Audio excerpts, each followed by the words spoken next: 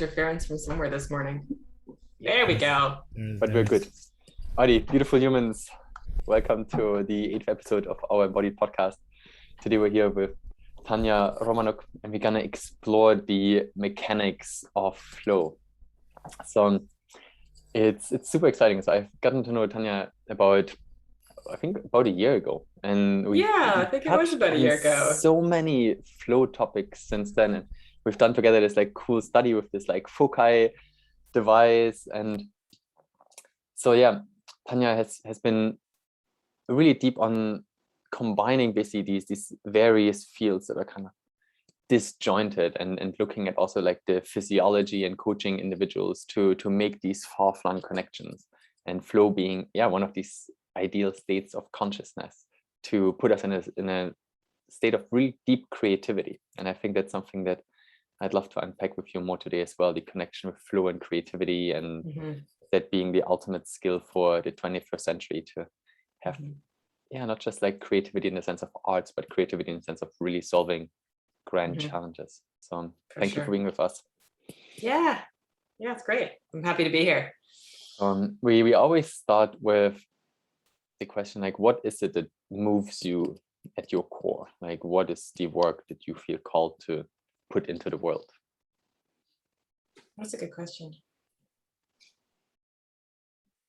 I think my whole life I've been called to help alleviate pain in people. And when I was younger and I was kind of getting into my career, I thought, well, that's obvious, I'll be a counselor, right? It just seemed like kind of the obvious next step. And I kind of started that path when I was in my early 20s, and I did my psychology degree, and I was like, yes, I'm going to be a psychologist, and I'm going to help people, and I'm going to heal. And I quickly realized in my kind of early 20s that one, I was far too young to be really working with people. And I actually found it really draining. Like it sapped what I needed to survive. And that maybe that was age, maybe it was something else. And as I got older and I got more into my career, I landed up kind of in this business technology career. And what's happened is this kind of beautiful synergy between wanting to help others and realizing that one, you can scale that, and two, seeing all this cool technology that's coming out now that facilitates that. So I am a flow coach. I am a performance coach, I call myself, but I'm also very active in the technology community, at least here in Vancouver, in wellness, and kind of now really working at the synergy of those two things. So at the core of it is helping people and alleviating pain, but at the kind of, I guess you'd say, the higher level of that is really, how do you help people live their best lives? And knowing now what I know about the mind and psychology and human performance, my understanding is so much deeper. It's not necessarily about alleviating pain all the time. Sometimes pain is important, and sometimes you just have to figure out how to deal with it and what to do with it. But my first instinct in every situation is, how can I reduce suffering around me? Yeah, it's really beautiful, this releasing the suffering and potentially also turning that pain into power and suffering, and like poison into medicine. And so I'm curious to hear, like, how do you implement technology into this process of basically alchemizing like things that we don't want into potentially the most beautiful things that we can bring in this lifetime? That's the question, really. That is the question. And I don't think we have any really brilliant answers for it right now. My experience, what's happening in the technology industry with wellness, is there's an understanding that first we need to measure. You can't manage what you can't measure, right? And so most of the tech that's out there right now is just really focused on metrics. Okay, what are we measuring? How do we show it to a user? And it kind of stops there. It's like, measure? Visualize, measure, visualize, measure, visualize. The project that I'm involved in right now, which I'm really excited about, is how we take that one step farther. What is the meaning behind that? And not just meaning from you've taken in 2,000 calories today and expended 2,500. But what is the greater meaning behind that? How does that help with emotional awareness? How does that help with emotional control? And how does that truly live your best life? What are the things that you should be doing on a day-to-day basis and a moment-to-moment basis that are going to help you live that best life? And some of those are going to cause pain for yourself and for others. So how we use tech then to get in that gap. Like we talk about that with meditation all the time. How do you get into the gap so that you can take, event and have a quick pause before behavior so you can manipulate your behavior to be your best self and not just react moment to moment. Tech needs to get into that space now too. And we're not there yet by any stretch of the imagination from what I've seen. Most of the really advanced technology that I've seen is still measuring consciousness and behavior and emotion on a training perspective. Like you sit down for 25 minutes and you do it, and that's it. And then you go about the rest of your day. Well, what happened if you were always on and you could get into that gap in the moments in real life? That's where we need to get to. So that's what excites me. I love that. I really love that. And I really feel it's also a slowing down in a way, right? Mm-hmm. And I'm really curious what your perspective is on our last 1.5, almost 2 years now that we're in this place of, because for me it feels like the world is just like, okay guys, you all have to slow down now. Here's like everyone had their own way of confronting with themselves and their own way of, and I'm really curious if you see in your work any difference, any things you get excited about, or maybe any things you're maybe worried about. Well, is there a big change you're seeing compared to before 2020? So many changes, so many. It's almost like, where do you start? But I think, the first place my head goes is you really see what people are made of when they get into a challenging situation. I always says, if people say, like, if you want to get married, go traveling with a person for 6 months. Put yourself in a really challenging situation and then find out what you're really made of. And I feel like one thing that the pandemic has done is it's really showed us who the people who have resilience are. And yes, there are health impacts and some people have gotten sick, and that's a completely separate point and horrible. But for myself and for many of the people that I know, the pandemic was an incredibly challenging situation. 18 or 19 or how many months we are later, I look back on it, and I mean, we're still in it to some extent, but I go, that's some of the best time of my life. The things I got to do, the things I learned, the experiences that I had of myself and how I overcome them. I would say that, yeah. And like many of the experiences I've had in my life, the most challenging ones, I look back on with the most reverence because of where I started and where I am now. So I think one of the things it did is it separated that out for people. It separated people from each other, those that really grabbed onto that resilience and those that didn't.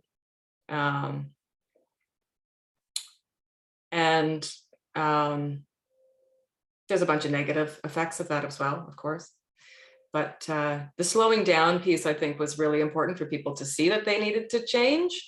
But I think the world is also ready to speed up again and now get things done. And that's also really exciting. I'm hoping that process of speeding back up again, we don't just pick up all of the same mistakes that we were making, but we're able to do it with a bit more mindfulness. This is super interesting, Tanya. I think especially what you said there with, it's been a big challenge, because there's in flow this like whole like challenge skills balance. And in a way, yes, if we are challenged, we need to be challenged like slightly outside of our skills in order to actually get into that space of like creativity and really triggering like our internal like chemistry to get into, wow, seeing like new far-flung connections. If you can maybe go into that space a bit more and look at basically, yeah, the pandemic has been challenging, but how does our body respond to challenges with like creativity and resilience, and how does our physiology, yeah, what happens in our physiology? I think it would be really beautiful to illuminate this angle a bit. Yeah, it's a really great question as well. So what are the key challenges with understanding the physiology of flow and taking advantage of that is having a little bit of an education in, I guess, behavioral therapy. So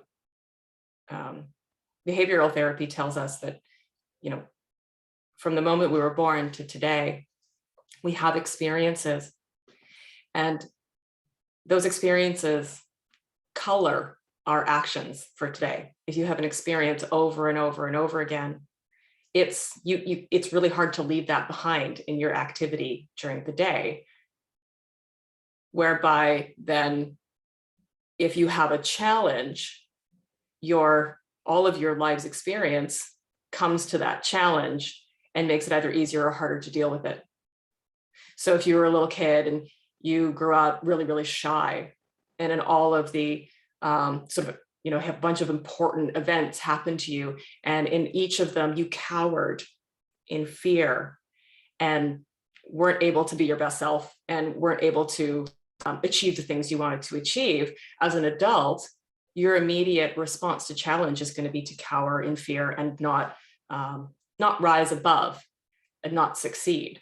As a little kid, if you have other experiences that, every time something really challenges happens to you, you stand up in Superman pose and you hit it right on, and sometimes you fail and fall down, but you just get up and try again. That's the behavioral pattern that you will continue with throughout your lifetime.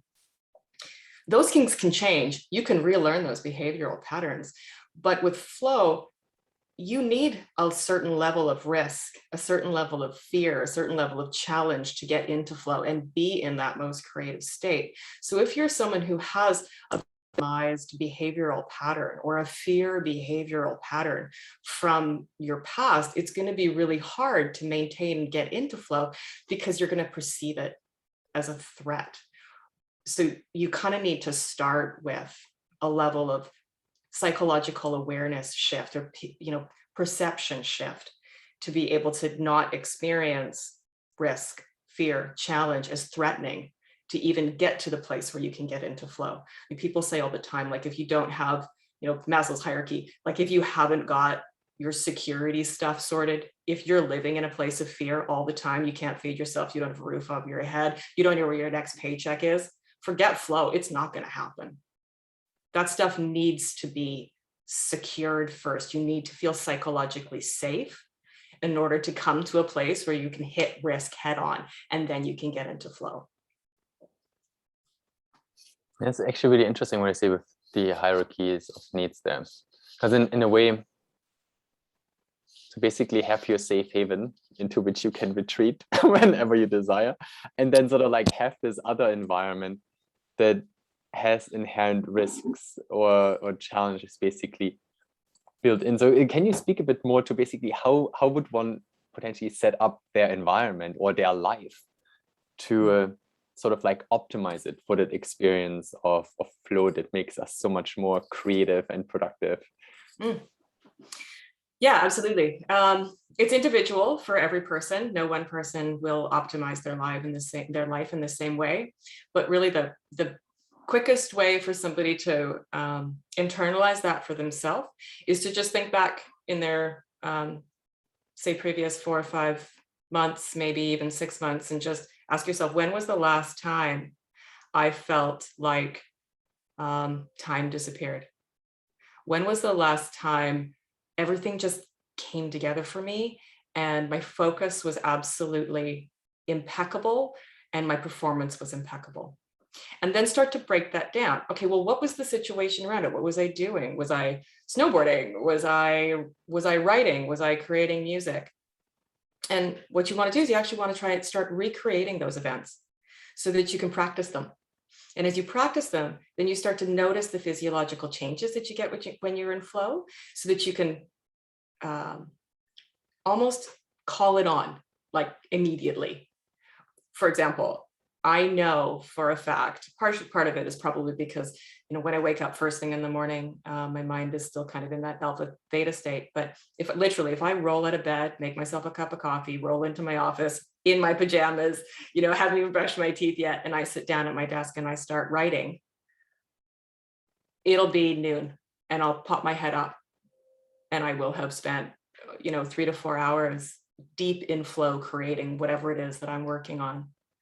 And I know that now. So it's a pattern that I can replicate, and I replicate it as many days a week as I possibly can, because it's such a productive experience for me. But the only way I figured that out was just to try different things. And I started to see that pattern. I was like, well, I'm going to keep doing that. That works really well. And I mean, flow feels amazing. So you want to replicate it, right? Like there's that behavioral and psychological and chemical motivation boost, because it feels good. Yeah, and I mean, this is amazing, because I mean, Stephen Kotler speaks about this autotelic experience, which like it's a nicer term for like being basically addictive.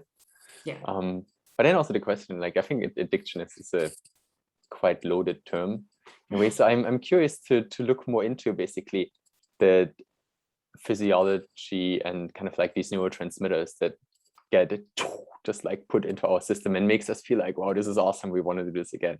And then maybe you could also tap into, how do you recover from flow? Like do you need to have like specific routines so that you can actually, because you said like as many days as you possibly can. So that makes me wonder, is there sort of an experience that you have where it's like, wow, I gotta cut this off for a few days and recharge, or whatever you need to do in order to then be energetically ready again? Yes, absolutely. Flow is very addictive. The neurochemistry that we experience when we're in flow, norepinephrine, adrenaline, serotonin, dopamine, anandamide, all of those chemicals kind of come together at the perfect synergistic moment and put you into that state. And just like opiates off the road, like they're highly addictive chemicals. I mean, they call dopamine the molecule of more, right? I mean, the whole social media craze is because people keep scrolling to get more and more and more dopamine. Each time you get a like, each time you see a new image, it's a little hit of dopamine. That stuff is incredibly addictive, and it's incredibly powerful. Without dopamine, we would have basically no motivation to do anything in our lives. So I think the neurochemistry itself is addictive, but it has a very challenging side to it, in that just like street drugs, you come down in a way. And if you aren't monitoring your physiological wellness and energy levels, and really just the length of time you're in flow, you can get very burnt out. I'm part of the Flow Research Collective, which is Stephen Kotler's group. And they train on, they call it a month in one day. So they train this practice where you can theoretically get the benefit, the output benefit of working one entire month. So 20 work days in one day. And it's a process of regulating your flow states. So you get, I think, 4 to 5 flow states throughout the day. The thought process is that one 90-minute flow session, you can get as much done as, most people get done in a week. So you break that down, you can get, 20 days of work done in one day. And I tried it last year, and I was out for almost 3 weeks afterwards, because I was just so tapped. I was just physiologically emotionally, psychologically, chemically exhausted. And so again, the flow state is different for everybody. Everybody needs to learn their patterns for themselves, but you can't stay in flow all the time. And it's one of the challenges that the world is experiencing today. Everyone's talking about burnout all the time. Oh, we're all so burnt out. Everyone's so burnt out. And every time I go on vacation, then I just get sick. And a large part of that is because people don't manage their energy levels properly. Like you only have a certain amount of energy. And once you spent it, you've spent it. And flow is the same way. That neurochemistry is the same way. Once you spent it, you've spent it. So yes, getting into flow is critical. Yes, understanding your particular triggers for flow is critical, but also understanding how you recover best from flow is also critical. And then that as well is different for everybody. But there is kind of a bit of a recipe to it, in the respect that anything that really changes your psychological state, changes your neurochemical state, and changes your brainwave state will help with recovering from flow or neurochemical burnout, or whatever you want to call it. Mindfulness, meditation, a nice long walk in the forest, a bath, sex, anything that kind of triggers you out of that experience for at least 15 minutes. That helps you come down and kind of get back to baseline. And then I think, again, knowing what works for you is really critical. Like when I try to get more than 2 flow sessions in a day, I find that I burn out faster. I'm best if I can just get one really great one in the morning, and then I'm kind of busy for the rest of the day doing what I'm doing. But if I try to get 2 or 3 flow sessions in a day, I could be up for 3 or 4 days. Wow, it's really, really fascinating with what you said, that you had this one amazing flow day and then boom, basically it was it was basically canceled out all the benefit I got from the one day. Yeah, exactly. Because in that regard, like also what you said, we only have a specific amount of energy, and it almost seems that flow, a bit like MDMA, it just like drains all the systems, and then you got to like rejuvenate over time. And so I'm wondering, because now it sounds like you found a more actually sustainable and beneficial way of tapping into your flow states by having your coffee pajama session on your computer. And then, so is this basically how you start every day, and then to sort of the afternoon, you have some active recovery so you can change and at the end of a flow session, do you have a ritual to basically snap out and snap into a different state? Or do you naturally just know, okay, my flow session is basically ending, because you notice how your chemicals are running low and you're okay, cool, let me step away? Yeah, and it has become so familiar to me that it is a bit of a recipe and a ritual. And it's actually quite funny, because one of the things that flow does, the adrenaline and the anandamide, they both act to kind of suppress pain in your body when you're in flow. And it's one of the things that, of course, professional athletes really love about it, is you don't necessarily feel the pain. Good and bad for people, right? But one of the things I notice when I start to come out of flow, I always have to pee right away. It's like that sensation of, pain is like, oh my God, that pain is back, and it's instantaneous and immediate, rather than that feeling of kind of it coming on over time. So that's one of the first things I notice. The second thing I notice is I start to make mistakes. I often stay in my flow sessions too long, and I start to make mistakes. I'll simple things, like put the wrong name on an email, or get my date wrong. And then I'm like, okay, I'm no longer at my peak. I need to stop. So preferably you wouldn't wait for those mistakes to happen. You would actually cut your flow session off earlier.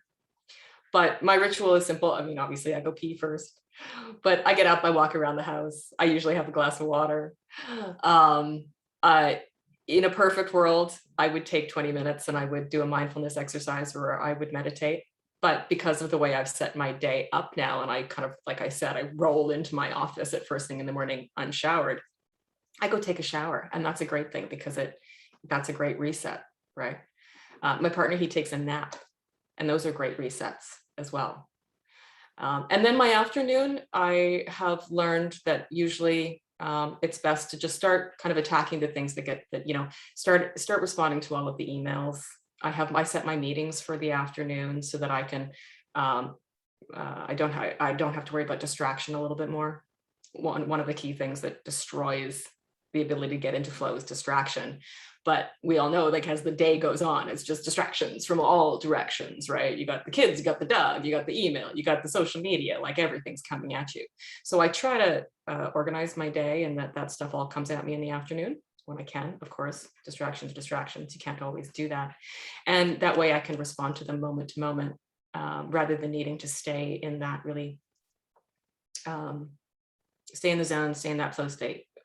It's just too difficult to do when you have all those distractions, but that's what works for me. So one of the people that I'm working with right now, he's far more social than I am. I'm a bit of an introvert. And so for him, flow is working with others. So he can stay in flow almost all day, as long as he's got meeting after meeting after meeting, and he's just constantly interacting with others. And that's great. And the really important thing is just figuring out what works for you, because no two people are going to be alike. He also has energy reserves that I don't. He can work from 7 o'clock in the morning until 9 o'clock at night, where I know that I'll be tapped by 3.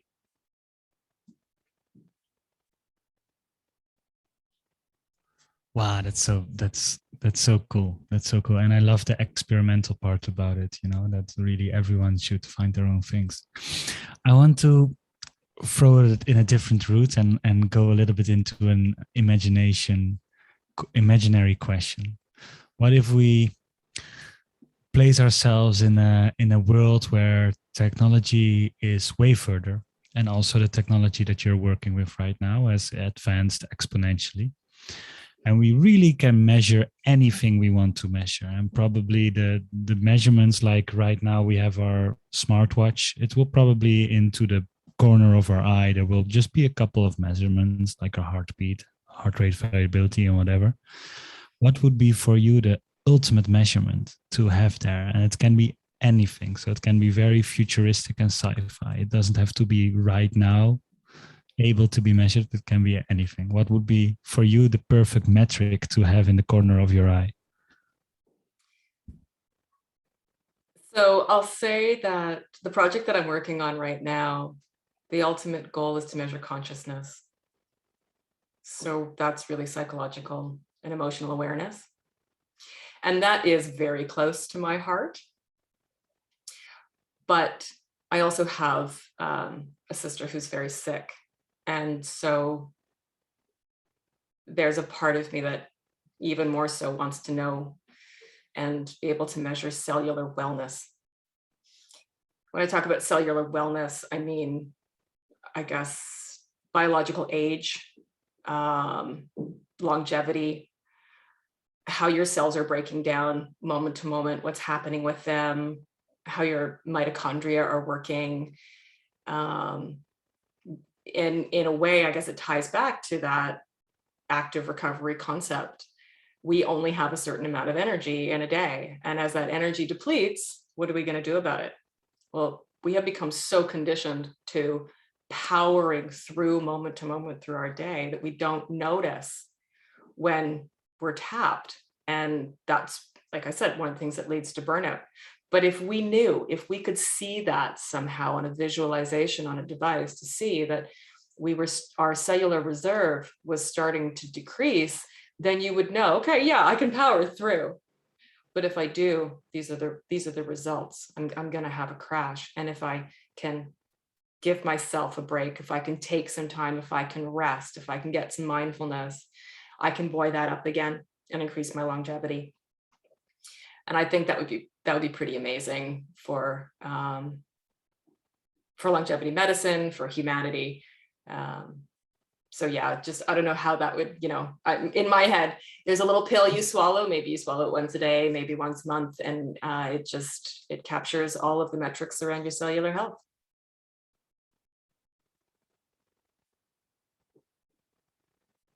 Oh, I can't hear you.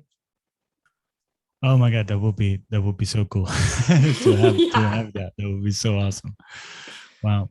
I have like one thing that comes up for me when I hear you speak is the difference between flow and presence. Because in a way, flow feels also like a form of presence, of being in the moment. But being in the moment doesn't wear your chemicals out, it feels like. So what is that? What is that difference really? Is it like an over activated state? Yeah, like that's for me, that's the what's that difference? Or is the one encapsulating the other? What is the relationship between the state of flow and the state of really of being in the moment and just being present with what right now is happening? From I guess a mindfulness perspective, when we talk about presence, we talk about being aware, right? Being aware of what's happening in this moment. You're aware of the sounds around you. You're aware of the way the chair feels under your bum. You're aware of the way your body is feeling. You're hungry, you're not hungry, that kind of muscle tension. That awareness is hyper focused on each second. And right now we're experiencing that presence.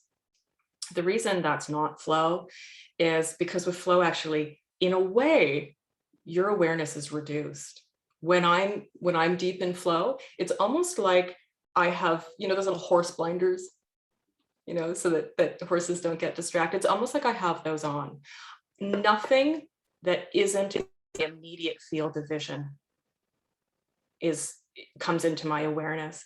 So there's a deep tunneled focus on something that might be the ski hill that you're about to ski down. That might be the piece of content that you're writing. It might be a conversation that you're happening, but everything else that's happening around you is actually foggy, almost like it's not there. And you can have those moments and not hear the baby crying and not hear your partner calling to you because your attention is actually limited. You're not experiencing that same heightened awareness in the way that we do when we're saying you're present in this moment.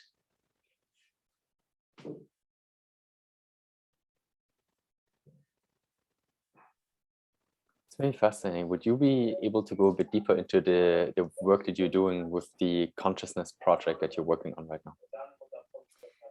Yeah, sure. So I've recently joined a new organization. It's actually a venture capital firm, and they have a portfolio company.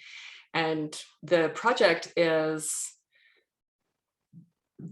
how do I describe this? So hardware, software, the ultimate goal is measuring and visualizing consciousness for people.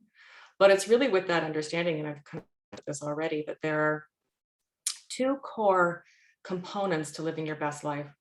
The first one is that emotional awareness component. I know how I'm feeling moment to moment. And a lot of that is going to be based on that behavioral experience you've had of life growing up. And so, for example, I'm having a conversation with my partner, and he says the one thing that just triggers all of that emotional pain from my childhood, and I snap back at him. First, you need that awareness. You need to see it happening. You need to be able to label it and know it. And so our first attempt is to be able to do that, to kind of quantify consciousness from an emotional perspective. And then from that, allow people the control to do something about it. So we are trying to get into that moment to moment gap, to give people that second to be their best selves, to live their best lives. To then say, okay, you're having this emotional response. You're aware of it now. That's great. What are you going to do about it? And you can always go two directions, right? You can always go high self, low self. You can always be the best you. You can be resilient. You can maintain grit and be soft and approach others and your life with compassion and courage. Or you can go your low self and you can close up and you can be fearful and you can approach life from that place of victimization. And so this project is really trying to help people get into that gap. First, you have to be aware, then you have to learn how to control. And we're sort of creating, I guess, what you would call digital therapeutics, so that in the moment to moment, people have that opportunity to do something about it. Like, okay, maybe I'm not getting it right, but what could I do about it to practice? Is it a mindfulness exercise? Is it a breathing exercise? Is it a psychological awareness exercise?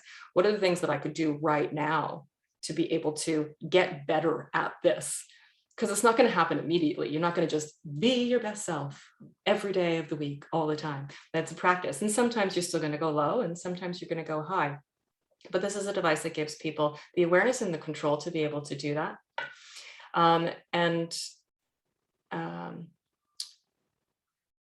The metrics that allow us to do that is really the key question right now. So what do we need to measure? How do we need to measure it?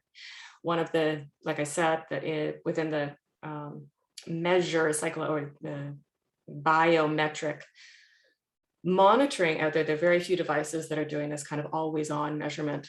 And that's going to be one of the challenges, is how we then, take that to the stage of, whether it's 24-hour monitoring or 12-hour a day monitoring or your wake state monitoring. There's lots of ways to do it.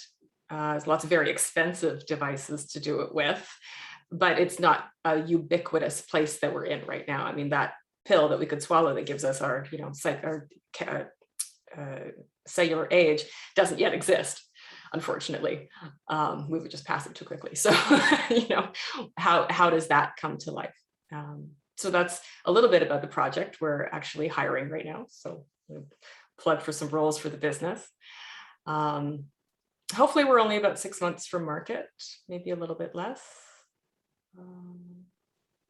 Yeah, it's super fascinating. I find it's a really unique space, because I mean what you said with, we can measure and then we can visualize.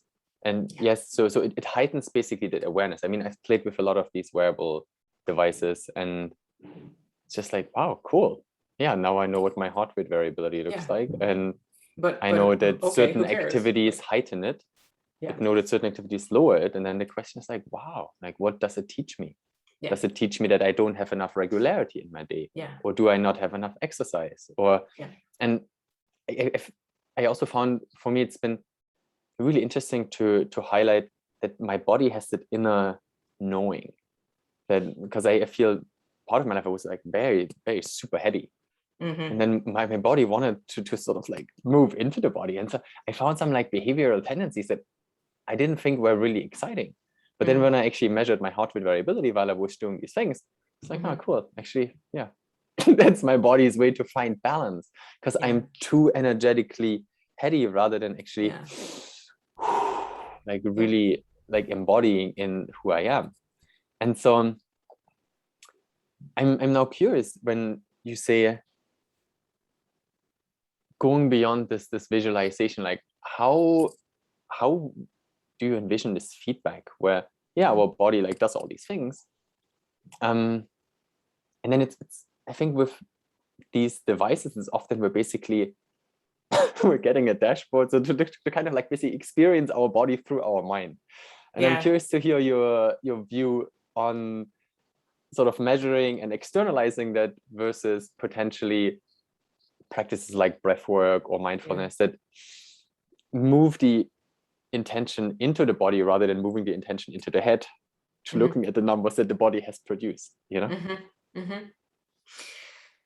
One of the brilliant things about our always on iPhones and smartphones these days is it does give us that visualization option. And maybe because of the Western society that we're in today, maybe this would be a completely different experience in a more Eastern society, but we do mentally internalize things more quickly than we do kind of psychological. A lot of the time we block out the psychological component and our body deals with it. Our body deals with it immediately. We may not be aware of it, but we're so used to the intellectual internalization of things that I think that dashboard, if you will, is really helpful because it goes back to awareness. If you're not aware, which you can't measure, you can't manage. If you're not aware of something, you can't do anything about it.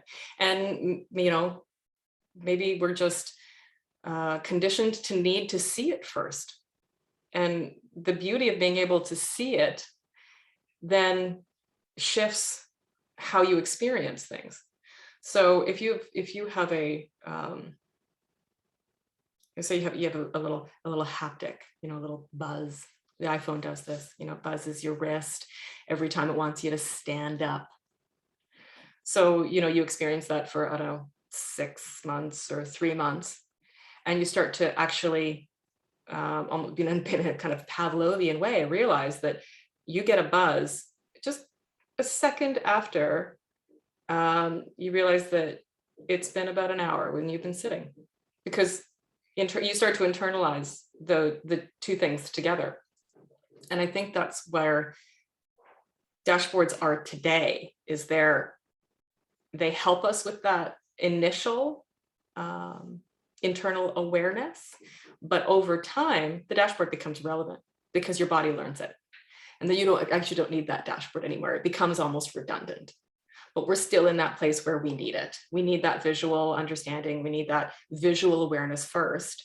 And then our bodies start to get conditioned to like, oh yeah, I need water. That's why I don't feel well. To the point where you don't need the haptic anymore because you now know, you can feel it now. You've remembered what it feels like to feel it. If we were, and maybe Eastern societies are different and they feel it better. If we were operating 1,000 years ago, people would be far better at understanding those internal cues because they're still conditioned to be aware of them. But we've become conditioned not to be aware of them, to suppress them just so we can get through the day some of the time.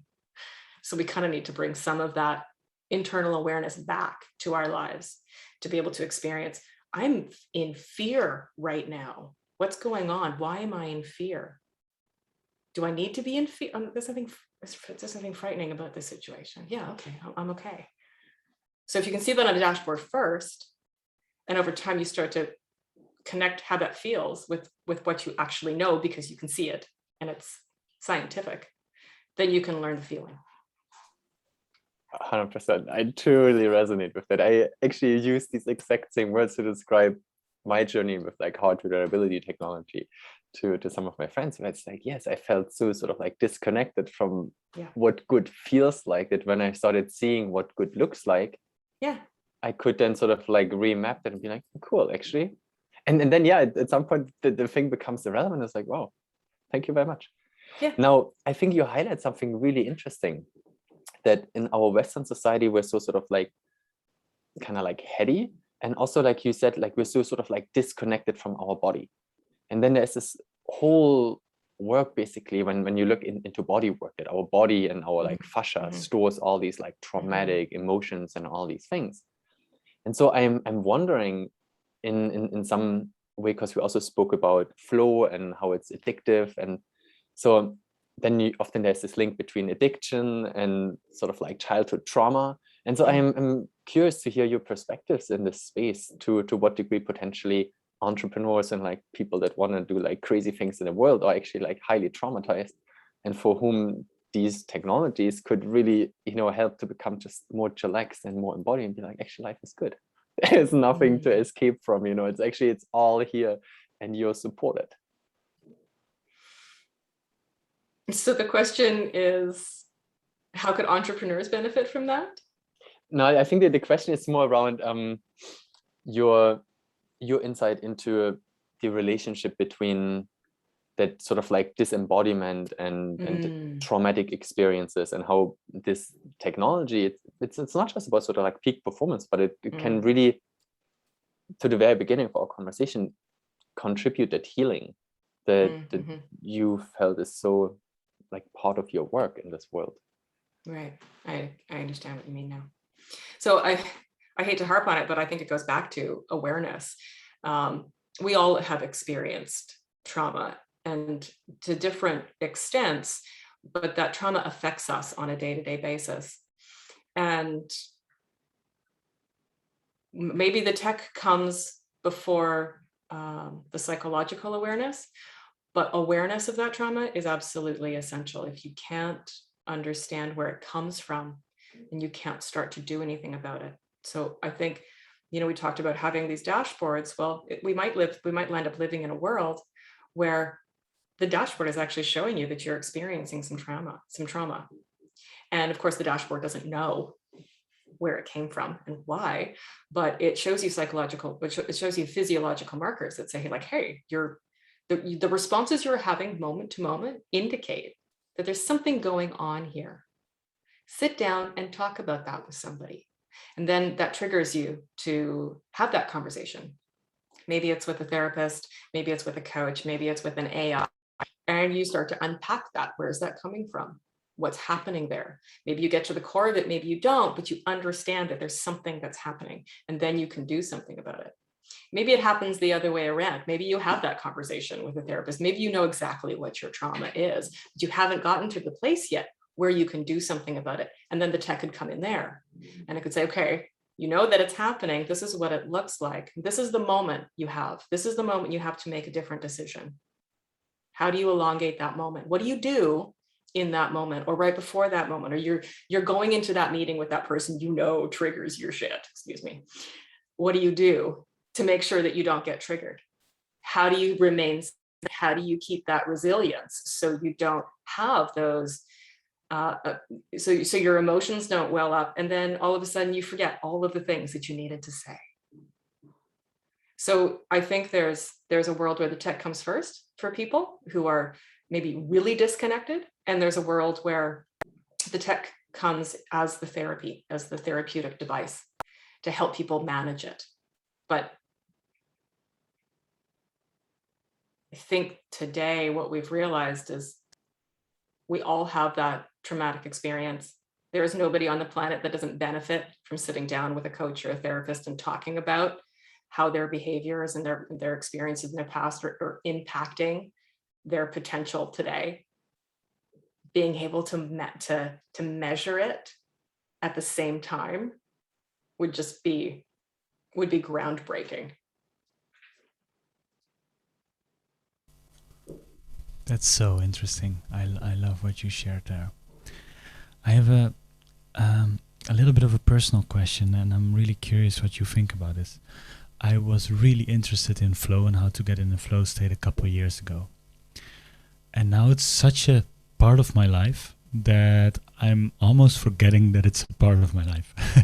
And I'm really curious about that. I'm really happy I experienced this state, but is there another level to this? Is there a hyperflow? Is there or is that my ego that wants that, like is there like this if you have the flow stuff down and you know what your flow is, you have it implemented in your life, and it's a habit. It's just you do it, you're constantly almost in a dance with life. What then? Is there a then, or is it actually just a beautiful thing to celebrate? I'm really curious what your thoughts about this are. Yeah, I understand where you're coming from with that experience. I think everybody who first learns about flow and learns how to get into flow falls deeply in love with it at first. Just like probably overshare, but you did MDMA for the first time in your life. You're like, oh my God, this is amazing. How can anybody feel this good? Flow's a little bit like that. And when you first learn to get into flow, you want to be in flow all the time. And all you can do is talk to people about how amazing it feels. And you want them to be able to experience it. And you want your whole life to be set up in in a way that maximizes your flow state. And anybody who gets in the way of that, it's like, get out of my way. I mean, when I first learned how to use flow in my life, I used to get so angry at my partner if he would distract me. Oh, he'd like the fights that we had, be like, you're, F off, I'm flowing. Like literally, it was that intense. What I realize now, some years later, is that flow is a tool. It's a tool for me to be able to be my best self when I need to maximize my performance and my output. Just like we talked about, you can't maintain that on an ongoing basis. It's not possible. You will crash. So you need to be able to, really identify when flow is the best choice for you, when you need to be in flow, and use it as a tool, because there's lots of other tools. Mindfulness is a tool, for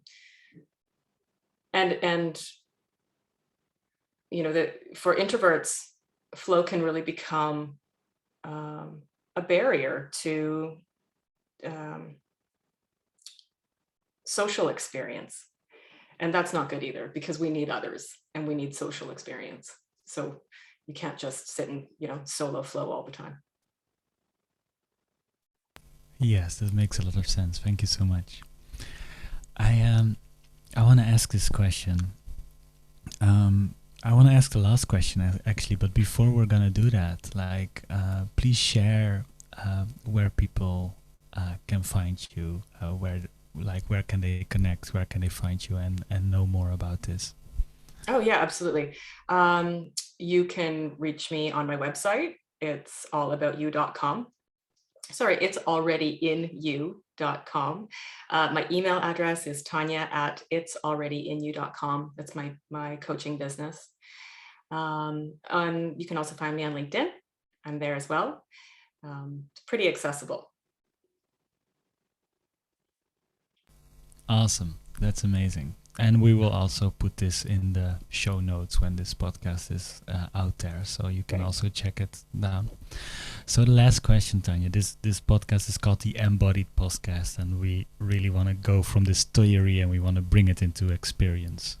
So what can the listeners of this show really take home with you, so that they can really feel and experience the knowledge we have been talking about? I think it's the understanding that if you want to get to that place where you can call on your best self in any moment, you have to do the work. You can't just expect it to come to you. It's not something that, it's something that we can all inherently do. We have the capacity to do it. We're all built with this neurochemistry, but the work needs to happen too. First, you need to be in a place where you're psychologically safe. Second, you need to come to a place where you're aware of your emotional experience. And then you need to learn how to get into flow. And it's a unique experience for everyone. It's tough to do it on your own. Working with someone else is far easier. Someone who has the understanding of what the different flow triggers are, how you could use them, and to help you pinpoint them in your life. So I'd say that's probably the 3 steps: get safe, become emotionally aware, and find someone to help you get into flow. Wow, amazing, Tanya. Thank you so much. It was super, super fun, and I love the different nooks and crannies that we explored. Thank you so much for your time. Cool. Appreciate Thank you. it. Yeah, absolutely. Looking forward to listening to you guys in the future and finding out where you guys are going as well. Yes. Yeah. Thank you so much, Tanya. This was amazing.